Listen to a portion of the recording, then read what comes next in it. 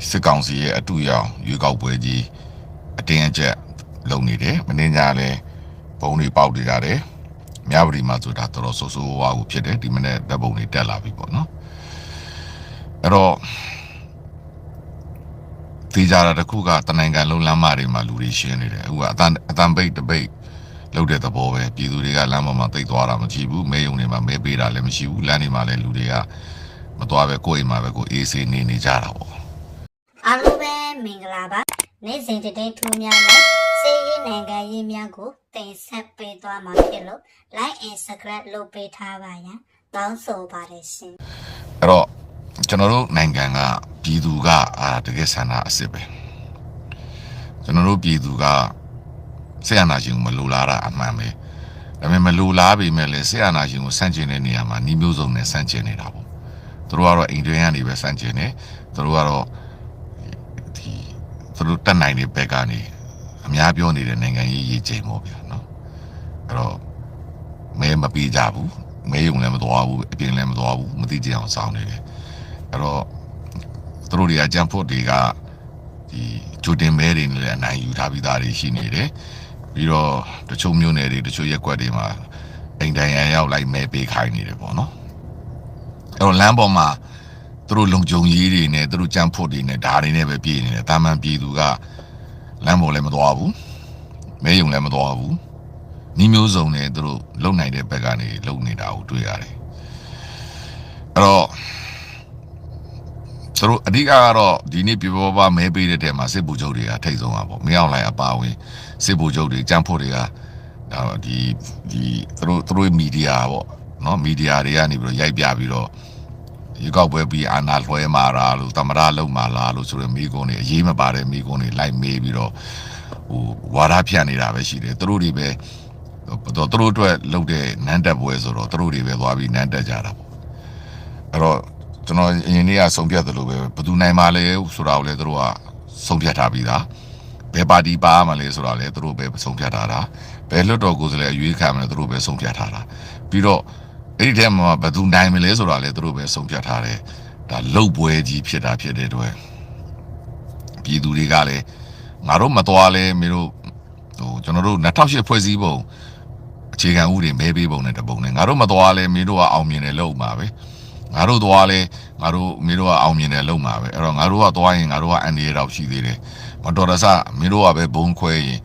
ငါတို့အသက်ကိုဘယ်သူအာမခံပေးမှလဲဆိုတဲ့ပုံစံနဲ့ပြည်သူတွေကအပြင်လည်းမသွားတော့ဘူးကိုယ်ထဲမှာပဲကို neglect ပေါ့နော်လက်လူရှုလိုက်တဲ့သဘောနဲ့ပဲနေကြတာကိုအခုတက်လာတဲ့သတင်းများအရာတွေ့ရတယ်အဲ့တော့ရန်ကုန်မြို့လက်ကောင်မှာဆိုလဲသူတို့နိုင်ငံခြားသတင်းတောက်တွေအများကြီးဖိတ်ထားတယ်နိုင်ငံခြားသတင်းတောက်တွေကလည်းအဲ့ဒ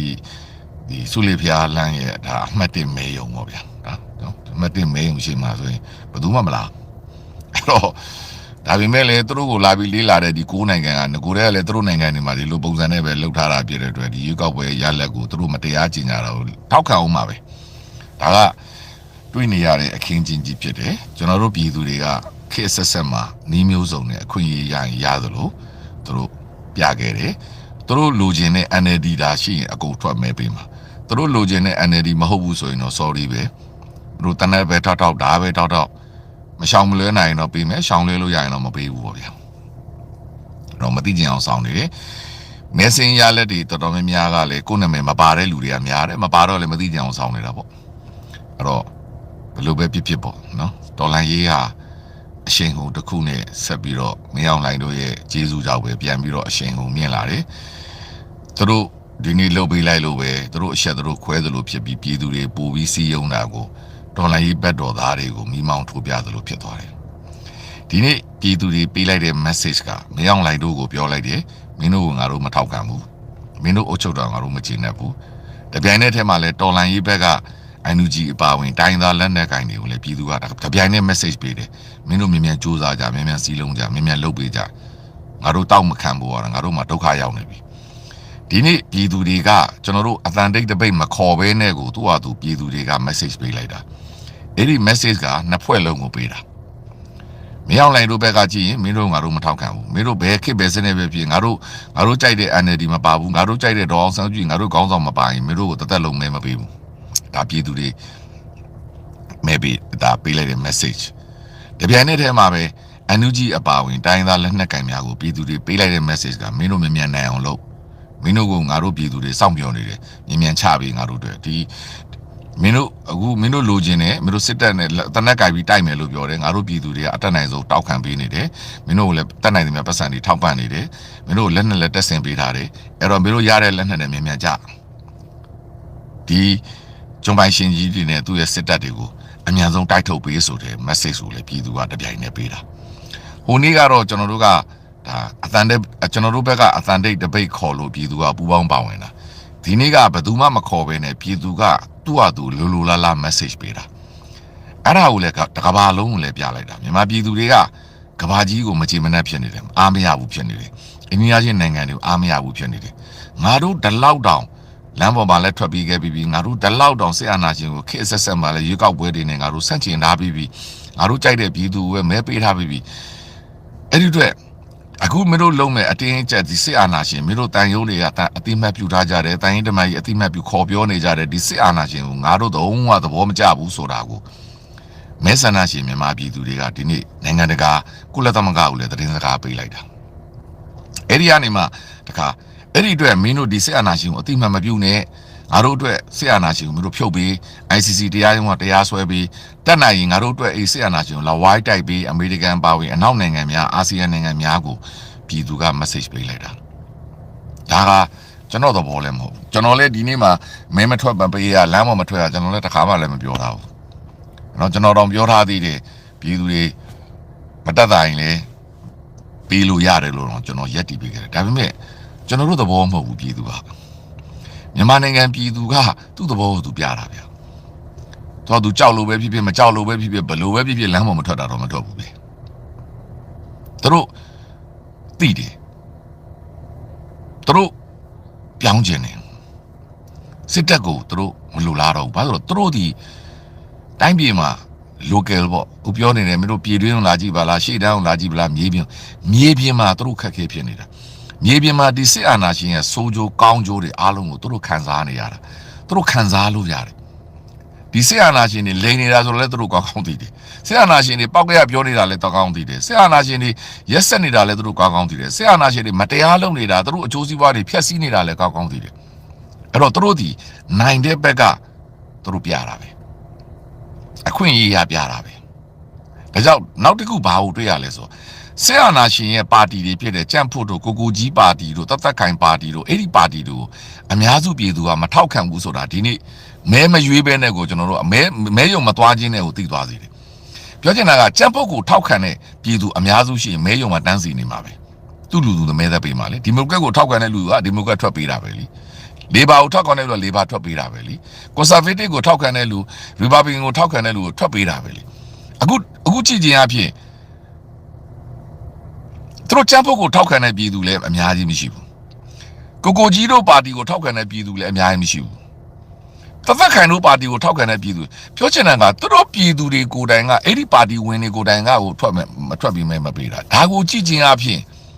ပြည်သူကပြက်သားသားကိုပြောနေတာမင်းတို့လာပြီးလဲမင်းနေနဲ့မင်းတို့ငါတို့ပတ်စံပေးလို့တော့ငါတို့ဆန္ဒပြပွဲကိုပတ်စံ1000ရလို့လာတာငါတို့ဒီမင်းတို့စစ်တပ်နဲ့ပေါင်းလာတယ်ဘယ်သူကမှငါတို့အာမပေးငါတို့ဒီ NLD ပဲပြောချင်တာငါတို့ဒီတော့အောင်ဆန်းစုကြည်ပဲငါတို့ဒီမိုကရေစီအင်အားစုတွေပဲနော်ဒါနဲ့ရှင်းနေဗျာသတင်းစကားကမရှိတော့ဘူးနော်ကျွန်တော်ဆိုရင်ဒါမနေ့တည်းကအဲ့ရထားတဲ့ဒီသတင်းတွေကြည့်နေချိန်မှာတော်တော်လေးအံ့ဩမိတယ်ကျေးဇူးလည်းတင်တယ် congratulation လည်းလုပ်တယ်ကျွန်တော်တို့နိုင်ငံရေးသမားတွေပဲဖြစ်ဖြစ်ပေါ့ကျွန်တော်တို့ပြောနေတဲ့သူတွေပဲဖြစ်ဖြစ်ဘယ်သူပဲဖြစ်ဖြစ်ဗျာမြန်မာနိုင်ငံပြည်သူကို short တွက်လို့ကိုမရဘူးဒီမိုကရေစီကတကယ်လိုချင်တာဗျာမြန်မာနိုင်ငံဟာဒီမိုကရေစီနဲ့မှတင့်တော်တာမြန်မာပြည်သူတွေကဒီမိုကရေစီမှဒီမိုကရေစီဗျာတပြားမှမလျှော့ဘူးခေတ်အဆက်မှာသူတို့ဒီအခွင့်အရေးရတာနဲ့ပြတာသူတို့ဒီဘယ်လိုမှစစ်အာဏာရှင်ကိုလက်မခံဘူးဘယ်လိုမှတရုတ်ရဲ့လွှမ်းမိုးမှုကိုလက်မခံဘူးဘယ်လိုမှအိန္ဒိယရဲ့လွှမ်းမိုးမှုကိုလက်မခံဘူးဗျာအဲ့တော့မြန်မာနိုင်ငံပြည်သူတွေရဲ့ပြတ်သားတဲ့တန်တိတ်တန်ကဒီနေ့တော်လှန်ရေးအင်အားစုတွေကိုပါရာဇသံပေးလိုက်တာပြောချင်တာ NUG ကိုပေးလိုက်တာ PDF တွေကိုပေးလိုက်တာတိုင်းသားလက်နက်ကင်ဆိုတဲ့လူတွေကိုပေးလိုက်တာ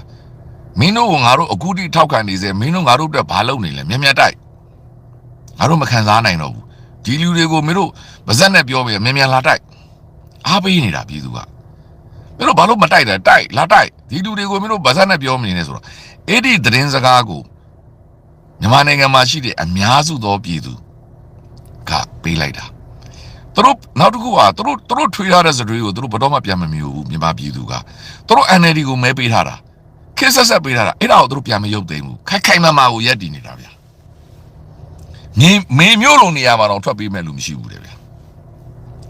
စစ်တပ်ရှိတဲ့မြို့တွေမှာတော့ထွက်ပေးမဲ့လူမရှိဘူးမြန်မာပြည်အဲ့ဒါရှင်းပြောရင်ဒါစစ်အာဏာရှင်အဆက်ကွဲတဲ့ပွဲနဲ့ NUG နဲ့တိုင်းရင်းသားလက်နက်ကင်တွေကိုပြည်သူတွေကဝန်နေထုတ်လိုက်တဲ့ပွဲပဲဒါမျက်တပဲပြောရမှာနော်မင်းတို့တော်လှန်ရေးတွေ9နှစ်ကြာနေပြီမင်းတို့ NUG တွေပြောနေမြက်တိုက်ငါတို့သိမခံနိုင်ဘူးမင်းတို့ငါတို့အခုထိထောက်ခံနေစေဒီလူတွေကိုအမြန်ဖြုတ်ပေးထိုနည်း၎င်းပဲစစ်အာဏာရှင်ကိုလည်းအပြတ်ပြောတာမင်းတို့လာပြီးဘလို့နီးနဲ့မှငါလာမပြောနဲ့ငါတို့မင်းတို့ no ဆို no ပဲ no ဆိုရင် no ပဲလှည့်ကိုမကြည့်ဘူးနိုင်ငံတကာကိုလည်းပြောလိုက်တယ်မင်းတို့ငါတို့ဒီစစ်ဆိုးအောင် no ပဲငါတို့လုံးဝလက်မခံဘူးမင်းတို့အတိမတ်ပြည့်မင်းတို့ကိစ္စငါတို့မင်းတို့စိတ်ဆိုးမှာပဲတရုတ်ကလည်းပေးလိုက်တဲ့သတင်းစကားမင်းတို့စွတ်ပြီးတော့လုံးမနေနဲ့မင်းတို့ဒီငါတို့မကြိုက်တဲ့စစ်ဆိုးအောင်ထက်ခဲ့မင်းတို့ငါတို့တရုတ်စိတ်ဆိုးမှာပဲတော့ပြည်သူကပြက်သားသတင်းစကားပေးတယ်အဲ့ဒီပြည်သူပေးတဲ့သတင်းစကားကိုနှစ်ဖက်လုံးကကြားဖို့လိုတယ်စစ်တပ်ကလည်းကြားဖို့လိုတယ်ဒီဘက်ကတော်လှန်ရေးအုပ်စုတွေကလည်းကြားဖို့လိုတယ်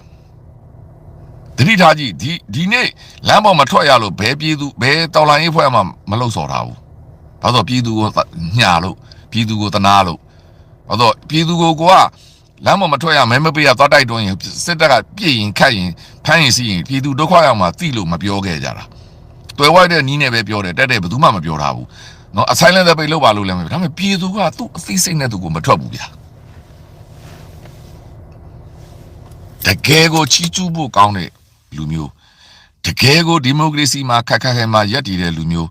တကယ်ကိုဖွဲမိမဟုတ်ပဲသူတို့ရဲ့ယုံကြည်ချက်အတိုင်းဒီမိုကရေစီကိုတပြားမှမလျှော့ပဲဒီစစ်အာဏာရှင်ကိုလုံးဝမကြိုက်ဘူးနေဝင်းလက်ထက်တဲ့ဟင်းအင်းလို့ပြောထားတဲ့လူမျိုးသူတို့ချစ်တဲ့အမေတော်စန်းစုကြည်နဲ့ NLD မှ NLD ဆိုတဲ့လူမျိုးဗျာ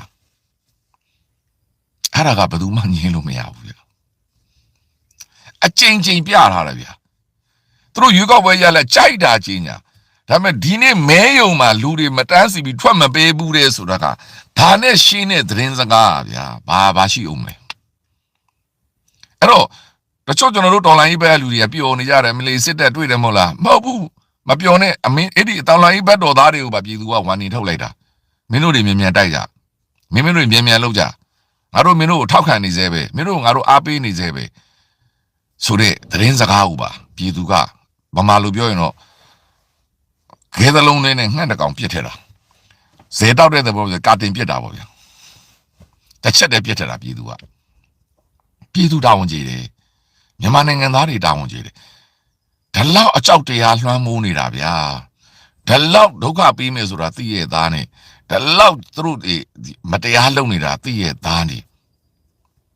တကယ်စားရှိတဲ့လူမျိုးဗျာတကယ်စားရှိတဲ့ပြည်သူတွေတကယ်စားရှိတာဗျာ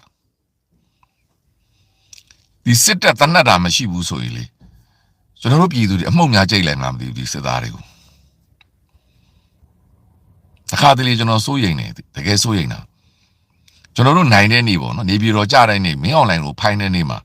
ပြည်သူတွေကိုကျွန်တော်တို့ဘယ်လိုထိမလဲဆိုတာကျွန်တော်အမြဲတမ်းစိုးရိမ်နေအဲ့ဒီပြည်သူတွေကအဲ့ဒီရဲစခန်းတွေစစ်စခန်းတွေတော့ဝိုင်းမှာအဲ့ထောက်လန်ရေးယုံတွေအညှင်းပိုင်းစခန်းတွေအထောင်တွေတော့ဝိုင်းမှာအဲ့ဒီချိန်ကျရင်အဲ့ဒီပြည်သူကဘယ်လိုအမှုန့်ကြိတ်မလဲဆိုတော့စဉ်းတော့မစဉ်းစားရဘူးတကယ်ကပြည်သူကတကယ်အမှုန့်ကြိတ်ချင်နေပြီဒါကဒီအမလုံးအမတန်မှန်ကန်တဲ့သတင်းစကားအကြောက်တရားတွေအမျိုးစုံရှိနေလို့ပေါ့ဗျာလူတွေကသီးခံနေတာအခွင့်အရေးရရင်ရတယ်လို့ဗျာခစ်တိုင်းစနစ်တိုင်းမှာအံ့ဩတယ်ကျွန်တော်ကတော့တကယ်အံ့ဩတယ်ချီလဲချီကျူးတယ်ဂုံလဲယူတယ်မြန်မာနိုင်ငံသားဖြစ်ရတာလဲဂုံယူတယ်မြန်မာဒေါ်လာရေးမှာပါနေရတာလဲပြည်ဂုံယူတယ်ပြည်သူဘက်ကရက်တီပြီးပြောပေးနေရတာကိုလဲဂုံယူမိတယ်ကျွန်တော်တို့ပြည်သူဟာတကယ်ပြည့်ဝတဲ့ပြည်သူကောက်ယုံမီမဟုတ်ဘူးဗျာ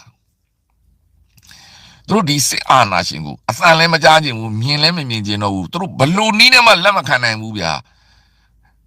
ရောက်တနက်နာမရှိလို့ပါပြည်သူတွေအဲ့ဒီယုံတွေကြမ်းဖို့ယုံတွေခဏကျွန်တော်ပြောတဲ့ထောက်လိုင်းယုံတွေရဲစခန်းတွေအကုန်အမှုတ်ကျိတ်ဖြစ်မှမြင်အောင်နေတယ်အဲ့လောက်ထိပြည်သူကဆုံးဖြတ်ထားတာအဲ့လောက်ထိပြည်သူက နာကြီးနေတာအဲ့လောက်ထိပြည်သူကသူတို့ကိုယွန်းကြောက်လို့ခေါ်မလားမသိဘူးအတန်တော့မကြားချင်ဘူးဗျာဒါဟာဒီနေ့ကျွန်တော်တို့တော်လှန်ရေးဘက်ကမတန်းရှင်းမခေါ်ဘဲနဲ့အတန်းရှင်းမခေါ်ဘဲနဲ့ကျွန်တော်တို့ဘက်ကလုံးဝမပြောဘဲနဲ့ပြည်သူကသူ့အောင်သူပြတာဗျဆိုလိုချင်တဲ့ကကျွန်တော်တို့မြန်မာနိုင်ငံပြည်သူကဘယ်ချိန်မှဘာလုပ်ရမလဲဆိုအကုန်သိတယ်ခန့်နေတာကအဲ့ဒီ NLD ပါတီတို့အဲ့ဒီကနာတော့တော်လှန်ရေးသမားတို့အဲ့ဒီခေါင်းဆောင်ဆိုတဲ့တိုင်းရင်းသားလက်နက်ကင်ခေါင်းဆောင်တွေတချို့တွေကနားမလဲတာပြည်သူကိုပြည်သူကစောမဆိုတာကြီးပဲနော်ပြည်သူကတော်တော်သီးခံနေတာဒါကဒီနေ့ထပ်ပြရတယ်ဗျာတကယ်အကြောက်တရားလွှမ်းမိုးထားတဲ့ခေတ်ကြီးနော်တကယ်ဟိုဘက်ကရဲရဲဆက်ဆက်မင်းအောင်လှိုင်တို့လှုပ်ထားတဲ့အချိန်ကြီးမှတောင်မကြောက်ဘူးဗျာသူတို့ရှောင်လို့ရတဲ့နီးနဲ့အိမ်ထဲမှာခက်တီတီနဲ့နေနေမေ့ကျင်အောင်ဆောင်နေတယ်ယူကျင်အောင်ဆောင်နေမြန်မာလိုပြောရင်တော့ယူကျင်အောင်ဆောင်နေတာမတော်ဘူးဗျာအိမ်မော်တင်းတက်လာရင်လည်းမင်းတို့ပေးကျင်တာပေးပေါ့ငါတို့ဘာပေးပေးမင်းတို့အနိုင်မှာအဲ့တော့ကိုကြီးတို့ကိုထောက်ခံတဲ့လူတွေဘယ်ရောက်နေလဲကျွန်တော်ပေးကျင်တယ်မင်းနော်တသက်ခိုင်တို့ကိုထောက်ခံတဲ့လူတွေဘယ်ရောက်နေလဲထွက်ကြလေမင်းတို့လူတွေကျန်းဖို့ကိုထောက်ခံတဲ့လူတွေဘယ်ရောက်ကုန်လဲထွက်လေမင်းတို့လူတွေတန်းစီလေလူနဲ့တော်လာရေးဘက်က A group နဲ့ B group နဲ့ခွဲမဲ့ပွဲလေလမ်းပေါ်မှာရှိတဲ့လူက B group ကလူတွေဆိုတာသိကြတယ် A group ကလူကအိမ်ထဲမှာနေတာ automatic ပြနေတာ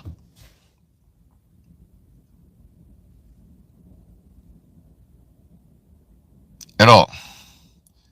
ကျေးဇူးအများကြီးတင်ပါတယ်ကျွန်တော်တို့တော်လှန်ပြည်သူများအားလုံးကိုကျေးဇူးအများကြီးတင်ပါတယ်မြန်မာနိုင်ငံသားဖြစ်ရတာလည်းဂုဏ်ယူပါတယ်ပြည်သူတွေရဲ့ရင်ထဲမှာရှိတဲ့စန္ဒတွေအမှန်ကိုလည်းသိရတာဖြစ်တဲ့အတွက်အလွန်လဲအားတက်မိတယ်အလွန်လဲကျွန်တော်တို့ဆက်ကြိုးစားမယ်တက်နိုင်ဆုံးတက်နိုင်ပြီးတော့မပြီးတဲ့အထိကိုကျွန်တော်တို့ဆက်သွားမှာခွန်အားလည်းဖြစ်ရပါတယ်ပြည်သူကပေးတယ်ခွန်အားပါကျေးဇူးအများကြီးတင်ပါတယ်ကျွန်တော်ပြည်သူများကျွန်တော်နိုင်ငံသူနိုင်ငံသားများအဲ့တော့ကျွန်တော်ကားမောင်းလိုက်အောင်မယ်ပြီးမှဟိုရောက်တဲ့ခါကျမှပစ္စည်းတွေပဲချပြီးတော့မှကျွန်တော်ကဘာမှလုပ်မရှိဘူးလေဝင်ကားရင်ဝယ်စားမယ်ပြီးတာနဲ့ကျွန်တော်ကားပေါ်မှာလိုက်လာပြောပါမယ်အားလုံးမင်္ဂလာပါကျေးဇူးအများကြီးတင်ပါတယ် congratulation ပါမြန်မာနိုင်ငံသူနိုင်ငံသားမဲဆန္ဒရှင်ပြည်သူများအားလုံးကိုဥညွတ်ပါတယ်ကျေးဇူးအများကြီးတင်ပါတယ်ဗျာကျေးဇူးအများကြီးတင်ပါတယ်ဝန်ဆွေပါနော်တကယ်ကို congratulation ပါတကယ်